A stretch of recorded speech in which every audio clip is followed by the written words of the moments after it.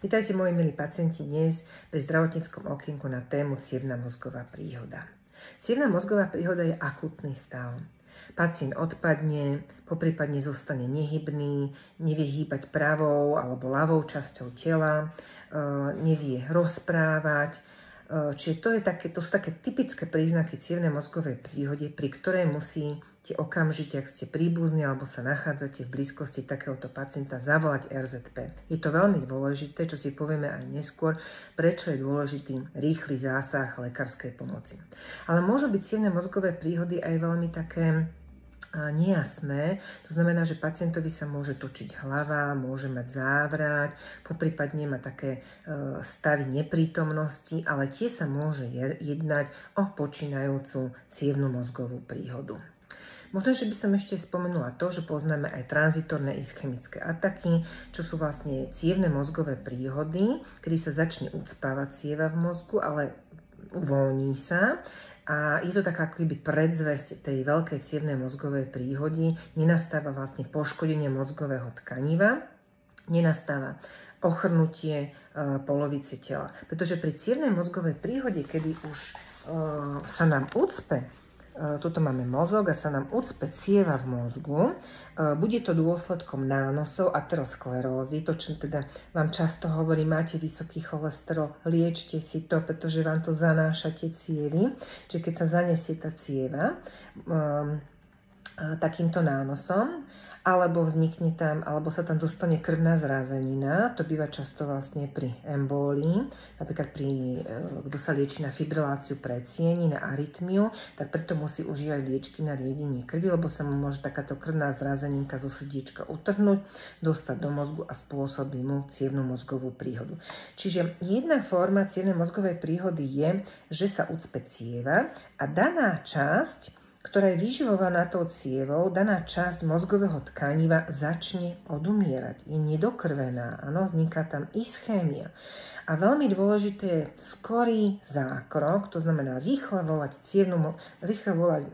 rýchlu zdravotnú pomoc, RZP, aby pacient bol odoslaný na príslušné pracovisko, kde sa mu vlastne pomôže pomocou infúzie, sa mu vlastne ten trombus alebo tá krvná zrázenina rozpustí, aby vlastne do tej časti mozgu sa znova vrátila krvička a išli tam tie živiny. Áno, aby to bolo prekrvené, vyživované, aby to postihnutie bolo čo najmenšie. Potom poznáme ešte cievnu mozgovú príhodu, kedy praskne cieva, sa volá už hemoragické, a rozleje sa krv do mozgového tkaniva.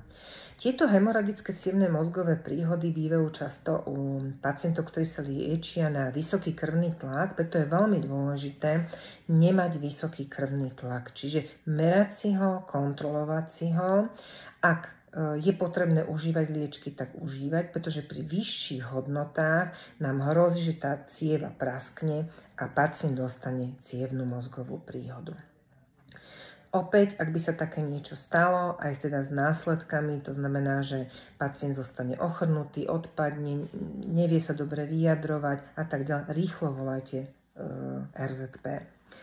Pacient je zvyčajne hospitalizovaný na neurológii a k nám na ambulanciu príde teda s prepušťacou správou, zvyčajne príbuzný.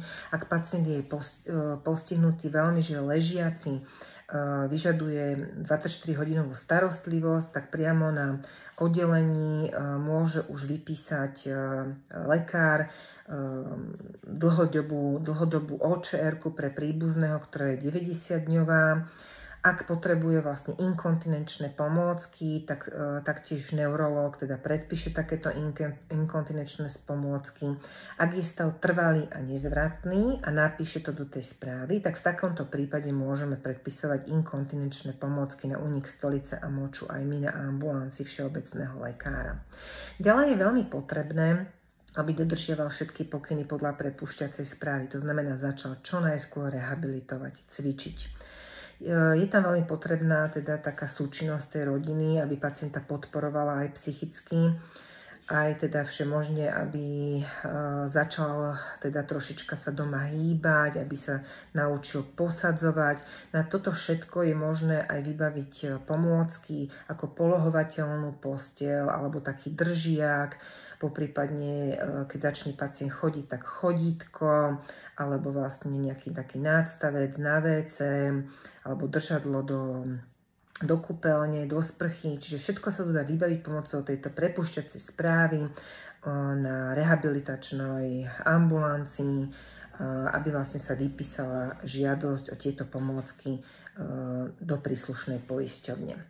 Je možné, teda ak má pacient aj naordinovanú nejakú rehabilitáciu, aj nejaké také rehabilitačné sanatória sú, kde pacientom vedia teda 24 hodín poskytovať takú rehabilitačnú službu, poprípadne sa môže poslať domov aj sestrička z domácej ošetrovateľskej starostlivosti, aby s pacientom cvičila. To znamená, že teda ho naučila, ako sa má posadiť, za pomoci urobiť prvé kroky, potom ju naučí vlastne chôdzu s chodítkom a tak ďalej. Veľmi dôležité je pri takých imobilnejších dbať na dekubity, preležaniny, to znamená polohovať pacienta. A ako som už spomínala, čo najskôr teda pacienta podporovať v tom, aby sa znova obnovila v rámci jeho možností sebestačnosť. Takže moji milí pacienti, dnes je to všetko na tému cievna mozgová príhoda a vidíme sa v ďalšom zdravotníckom okienku. Prajem krásny deň.